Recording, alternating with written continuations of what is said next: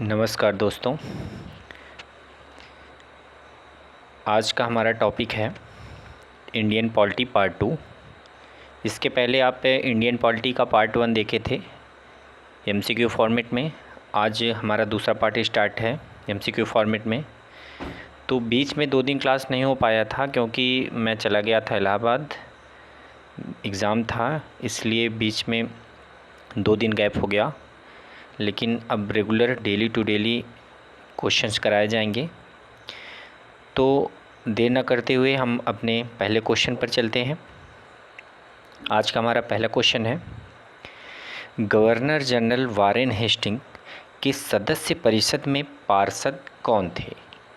Governor general Warren Hasting के सदस्य परिषद में पार्षद कौन थे? तो आपका पहला ऑप्शन है फिलिप फ्रांसिस, दूसरा ऑप्शन है क्लियरिंग, तीसरा ऑप्शन है मॉनसन और वर्वेल, चौथा ऑप्शन है यह सभी। तो इसमें ऑप्शन होगा डी, मतलब यह सभी।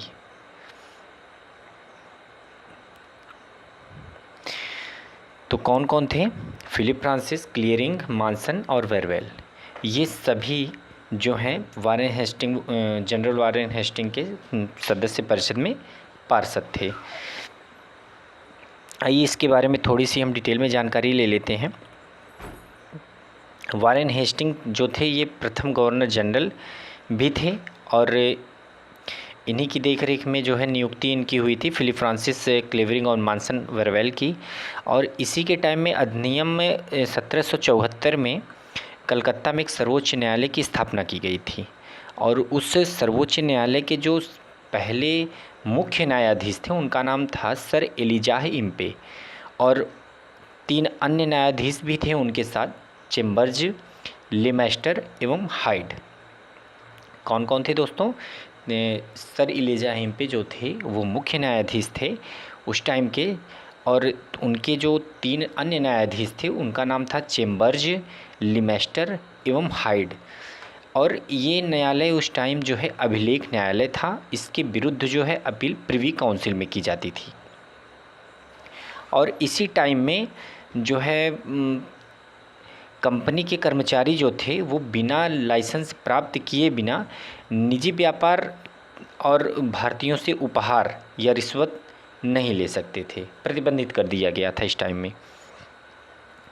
तो आइए हम अपने अगले क्वेश्चन पर चलते हैं। तो हमारा दूसरा क्वेश्चन है, कोलकाता में उच्चतम न्यायालय की स्थापना किस अधिनियम के द्वारा किया गया था? कोलकाता में उच्चतम न्यायालय की स्थापना किस अधिनियम के द्वारा किया गया था? पहला ऑप्शन आपका है 1773 के रेगुलेटिंग एक्ट द्वारा, बी ऑप्शन है चार्टर एक्ट 1813, सी ऑप्शन है चार्टर एक्ट 1853, डी ऑप्शन है चार्टर एक्ट 1833। तो आपका इसमें सही ऑप्शन होगा 1773 के रेगुलेटिंग एक्ट द्वारा। ऑप्शन ए आपका सही जवाब है, 1773 के रेगुलेटिंग एक्ट द्वारा। तो 1773 के रेगुलेटिंग एक्ट द्वारा जो है कलकत्ता में उच्चतम न्यायालय की स्थापना अधिनियम के द्वारा किया गया था। लेकिन इसकी जो स्थापना थी कलकत्ता में वो 1774 में की गई थी। और इसके बारे में हम आपको बताएं अगले क्वेश्चन में कि इसके प्रथम मुख्य न्यायाधीश जो थे सर एलिजाह इम्पे थे। एलिजाह इम्पे थे और बाकी के जो 3 अन्य न्यायाधीश थे चेम्बर्ज, लेमेस्टर और हाइड, 3 अन्य न्यायाधीश थे। तो हम अपने अगले क्वेश्चन पर चलते हैं। उस चलने से पहले हम देख लेते हैं कि चार्टर, बी ऑप्शन के बारे में थोड़ी सी जान लेते हैं, चार्टर एक्ट 1813 के बारे में। तो इस चार्टर के द्वारा पहली बार ईसाई मिशनरी जो होते हैं, जो अपने धर्म की प्रचार प्रसार करते हैं, भारत में आके पहले करते थे, ईसाई धर्म की बढ़ावा देने के लिए इस चार्टर एक्ट के तहत पहली बार इसमें ईसाई मिशनरी भारत में उनको आज्ञा मिली यहाँ पे आने की। और कंपनी के व्यापारिक एकाधिकार को समाप्त कर सभी ब्रिटिश जनों को व्यापार का अधिकार प्रदान कर दिया गया। परंतु चीन के साथ जो व्यापार था, चीन के साथ व्यापार और चाय का व्यापार के एकाधिकार को इस टाइम बनाए रखा गया था। और इसी में पहले वीडियो में आपको एक क्वेश्चन मिला था कि ये भारतीयों की शिक्षा पर प्रतिवर्ष कितना रुपए खर्च किया गया था। तो इसी चार्टर एक्ट के तहत, राजलेख के तहत भारतीयों की शिक्षा पर प्रतिवर्ष 1 लाख रुपए खर्च करने का उपबंध किया गया था। और स्थानीय स्वायत्त शासित संस्थाओं को करारोपण का अधिकार भी दिया गया था। किसके तहत? चार्टर एक्ट 1813 के तहत। तो ये इम्पॉर्टेंट इसके कुछ टाइप थे, तो हम देख लेते हैं कि सी वाले की से चार्टर एक्ट 1853। चार्टर एक्ट 1853 में, चार्टर एक्ट 1853 इस टाइम में 1853 में यहाँ का जो गवर्नर जनरल था ब्रिटिश इंडिया का, उस टाइम लॉर्ड डलहौजी था। और उन्होंने कई बदलाव भी किए इसमें। जैसा कि एक बदलाव, कंपनी के कर्मचारियों की नियुक्ति जो है नामजदगी के स्थान पर प्रतियोगी परीक्षाओं के आधार पर होने लगा था। और निदेशक मंडल के जो सदस्य थे उनकी संख्या 24 से कम कर 18 कर दी गई। उसमें 6 क्राउन जो है, उसमें से 6 सदस्य जो थे वो क्राउन द्वारा मनोनीत किए जाने थे। और यह इसकी एक खासियत और है कि यह राजलेख भारतीय शासन के ब्रिटिश कालीन, मतलब जो भारतीय शासन था वो पहले ब्रिटिश काल का था, मतलब ब्रिटिश कालीन इतिहास में अंतिम चार्टर या राजलेख था। तो यह राजलेख जो है चार्टर एक्ट 1853 का, वह ब्रिटिश कालीन इतिहास के अंतिम चार्टर था या राजलेख था। तो हमारा ये डी वाला ऑप्शन को हम देखते हैं थोड़ा सा। Charter act 1833। चार्टर एक्ट 1833 के बारे में थोड़ा सा जान लेते हैं कि इसमें क्या था। कंपनी का अधिकार जो था 20 वर्ष के लिए पुनः बढ़ा दिया गया था।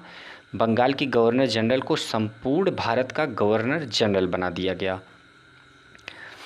इस प्रकार राजलेख द्वारा देश की शासन प्रणाली का केंद्रीकरण कर दिया गया था। और बम्बई तथा मद्रास की परिषदों की विधि निर्माण की शक्तियों को वापस ले लिया गया। कंपनी के व्यापारिक एकाधिकार को चाय और चीन के साथ व्यापार सहित समाप्त कर दिया गया तथा कंपनी को प्रशासनिक एवं राजनैतिक दायित्व सौंपा गया था। इसके बहुत सारे इम्पॉर्टेंट पॉइंट हैं। जब ये थ्योरी पार्ट पढ़ाया जाएगा तो उसमें विस्तार से बता दिया जाएगा। तो हम अगले क्वेश्चन पर चलेंगे।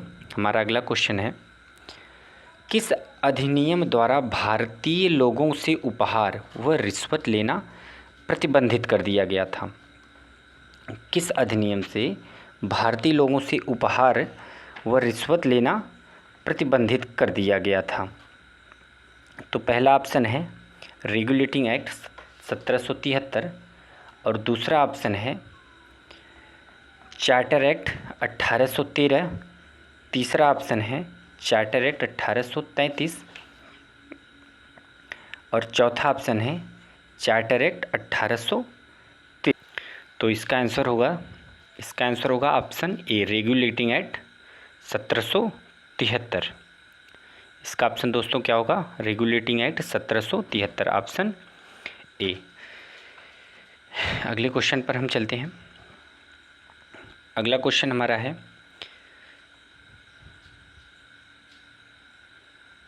इसका ऑप्शन ए है, रेगुलेटिंग एक्ट 1773। अगला क्वेश्चन हमारा,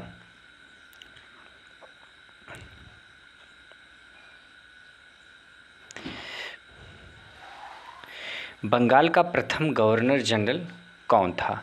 बंगाल का प्रथम गवर्नर जनरल कौन था? पहला ऑप्शन है वारेन हेस्टिंग्स, दूसरा है लॉर्ड डलहौजी, तीसरा है अल्बर्ट, चौथा है लॉर्ड वेलेस्ली।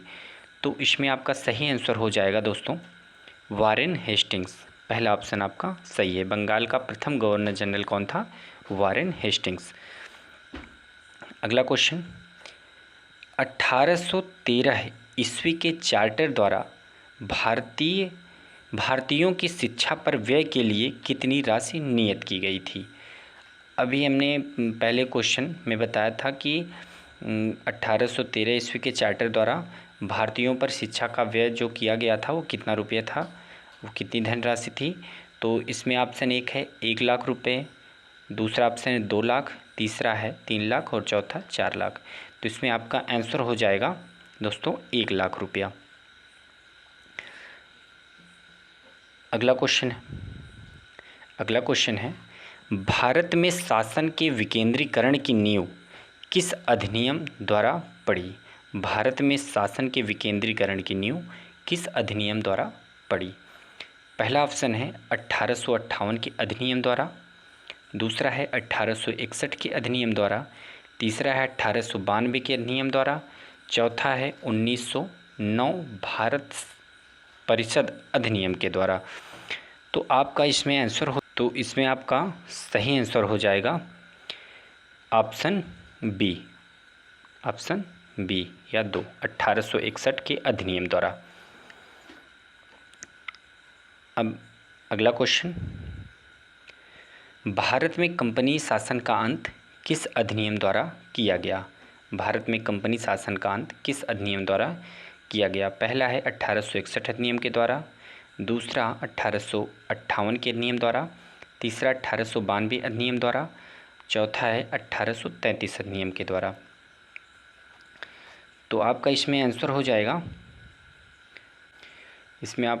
जाएगा ऑप्शन बी, 1858 के नियम द्वारा। अगला,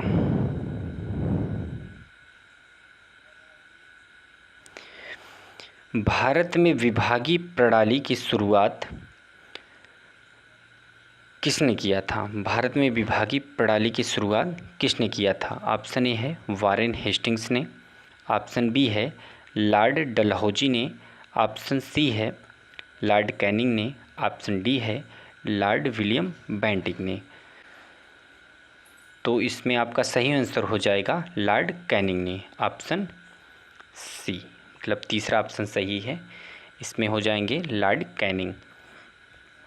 और लॉर्ड कैनिंग को ही, वायसराय लॉर्ड कैनिंग को ही भारत में मंत्रिमंडलीय व्यवस्था का जन्मदाता भी माना जाता है।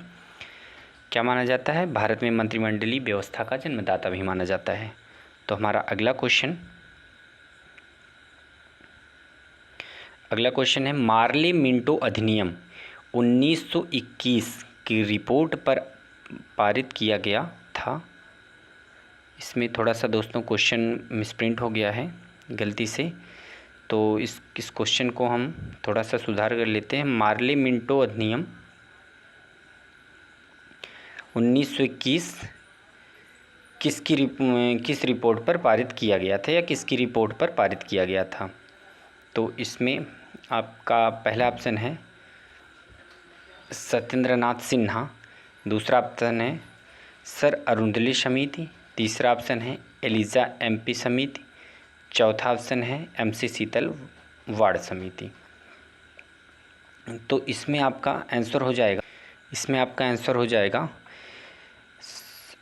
सर अरुंधले समिति।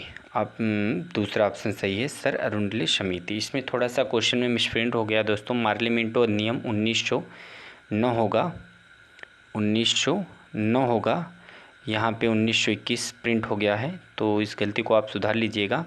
मार्ले मिंटो अधिनियम 1909 किसकी रिपोर्ट पर पारित किया गया था। सर अरुंधले समिति पर। अगला क्वेश्चन हम देखते हैं।